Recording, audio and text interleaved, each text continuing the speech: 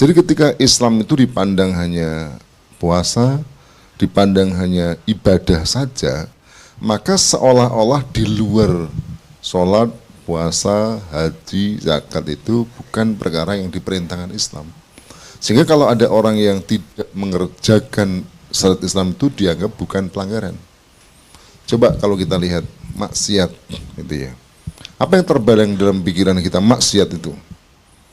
Orang kemudian kita maksiat tempat judi, tempat pelacuran, ya.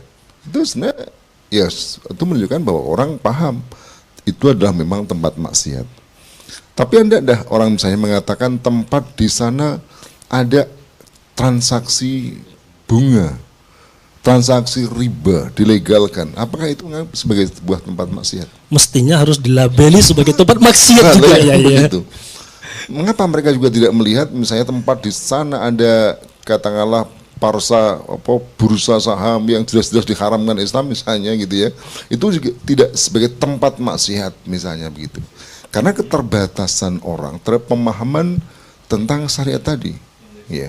Mengapa misalnya tempat di situ digodok hukum-hukum yang hukum-hukum itu justru melawan hukum Allah SWT, melanggar hukum Allah, tidak dianggap sebagai tempat maksiat, dan pelakunya disebut pelaku maksiat. Ya karena keterbatasan pemahaman tadi.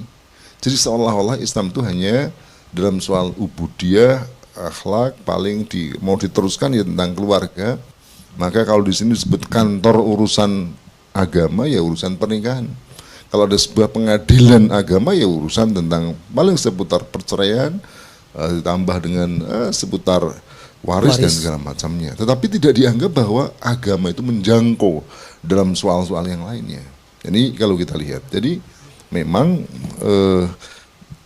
bisa jadi unsur pemahaman ini yang tidak dimiliki. Nah kenapa begitu? Tentu ini juga masalah.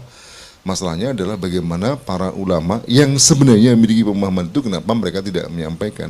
Atau bahkan yang lebih disayangkan ketika ada yang menyampaikan itu justru dilawan sendiri oleh sebagian ulama seperti itu dengan memberikan label kepada mereka yang menerapkan Islam sebagai sesuatu yang radikal segala macam.